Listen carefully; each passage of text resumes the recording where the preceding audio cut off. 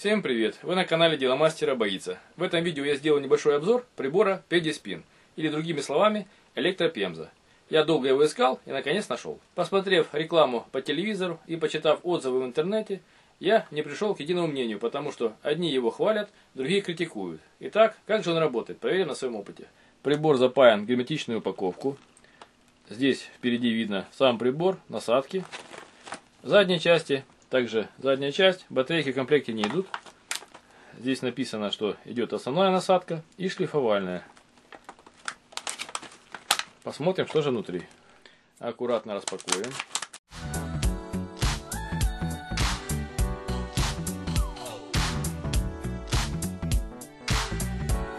Здесь есть сам прибор, комплект насадок и щеточка для чистки. Сама насадка имеет липкое основание и приклеивается к корпусу шлифовальной части. Она, наверное, была приклеена, но во время транспортировки отклеилась.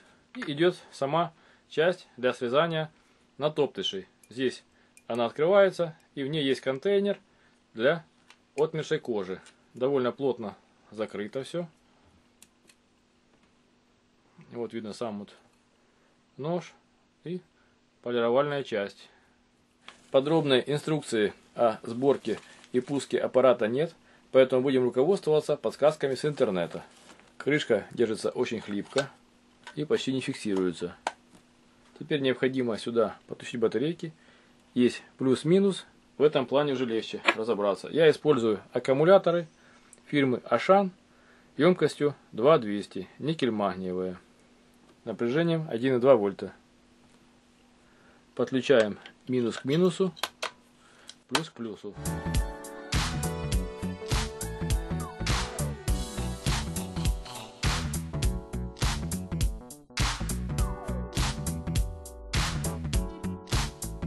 Закрывается не очень плотно, поэтому здесь придется заклеить, наверное, скотчем временно. Снимаем защитный колпачок. Снимается легко. Здесь на валу есть такой шестигранник.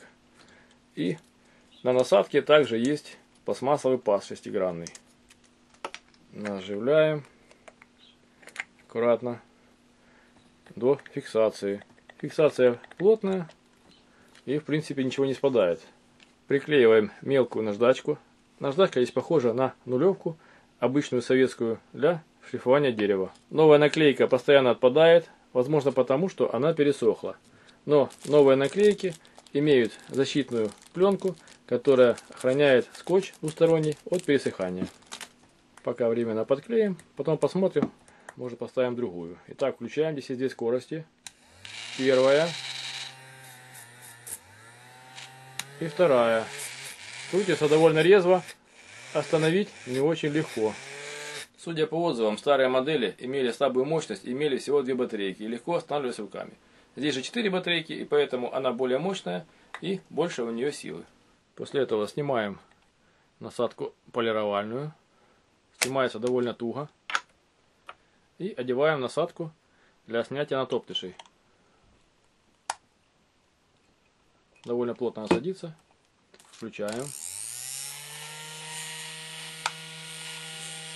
Крутится довольно энергично. Теперь осталось все только испытать. После сборки осталось проверить аппарат на пятках, как же он снимает натоптыши. Итак, начнем. На пятке есть небольшие мозоли, поэтому можно попробовать. Включаем сразу на вторую скорость и попробуем снять.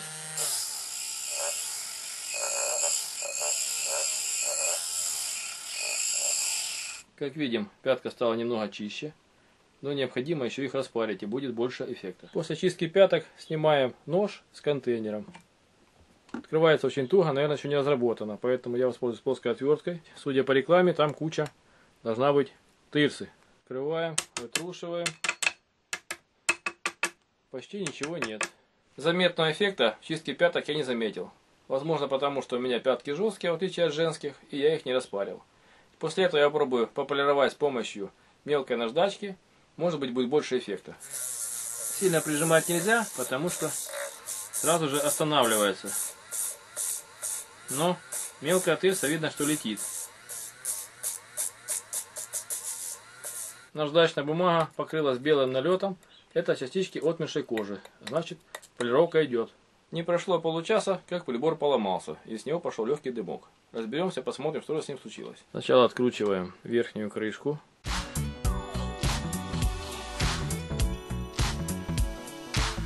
Здесь видно есть небольшой двигатель и внутренняя часть, которая почему-то выпала. Помимо всего прочего, от нагрузки провода внутри спаялись. Теперь необходимо их заменить на более качественный и потолще. Разбираем корпус дальше.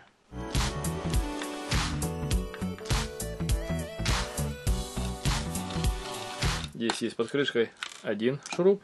Все такое хлипенькое и ненадежное. Раскрываем. И здесь можно видеть спаянные провода. Важно их не перепутать. В схеме есть небольшой диод, который необходимо проверить на исправность. Устанавливаем мультиметр в проверку диода. В одном направлении он пропускает ток, показывает определенное значение. В другом направлении пропуска тока нет, значит диод работает. Судя по проводам, здесь видно, что провода спаялись от нагрева и плюс соединился с минусом, прошло КЗ, поэтому пошел дымок. Перепаиваем провода на новые, вынимаем контактные площадки и по очереди начинаем перепаивать, не перепутав провода.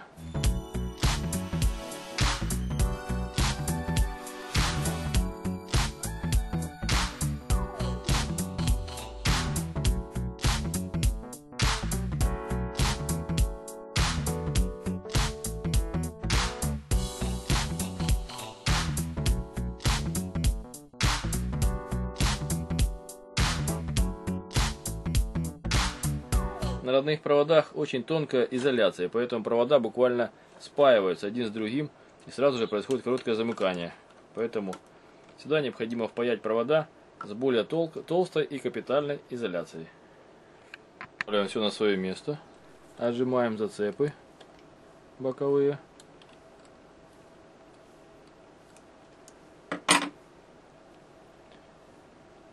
И ставим на место в корпус.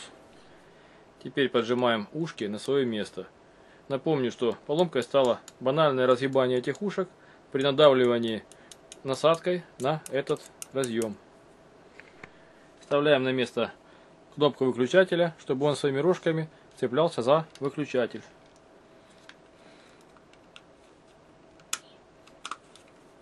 Вот таким образом он уже ходит в трех положениях. Теперь скручиваем корпус.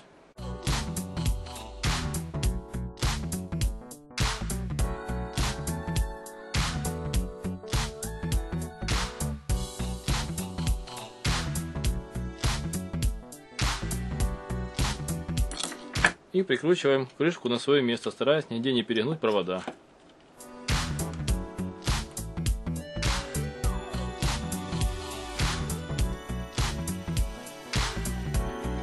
Теперь ставлю на свое место батарейки или аккумуляторы. И проверяем. Первая скорость. Аппарат работает. Закрываем крышкой. И продолжаем тестировать. Таким образом, первый запуск испытания этого аппарата закончился его поломкой. Также поломка позволила разобрать аппарат и узнать, как же он устроен. Слабые места этого аппарата: плохая крышка, которая закрывает батарейки и постоянно пытается отпасть, тонкие провода, которые начинают плавиться при малейшем нагреве и перегрузке, а также слабый якорь двигателя, который плохо закреплен и выпадает при сильном нажатии насадки. Что касается чистки пяток, то у меня чистка не получилась. Возможно, она получится на женских мягких пятках, которые еще не загрубели. Также первая скорость здесь не нужна. В основном нужно работать на второй скорости. И насадка, которая идет в комплекте шлифовальной бумаги, намного лучше, чем насадка, которая идет для среза больших натоптышей. Основное преимущество этого аппарата — это небольшая цена, порядка 120 гривен, поэтому, учитывая его недостатки, это простительно. Вы посмотрели краткий видеообзор о приборе для чистки пяток PEDI-SPIN, о том, как он работает и как его можно отремонтировать. Пишите комментарии, замечания, ставьте лайки, подписывайтесь на наш канал. Будьте с нами. Всем пока.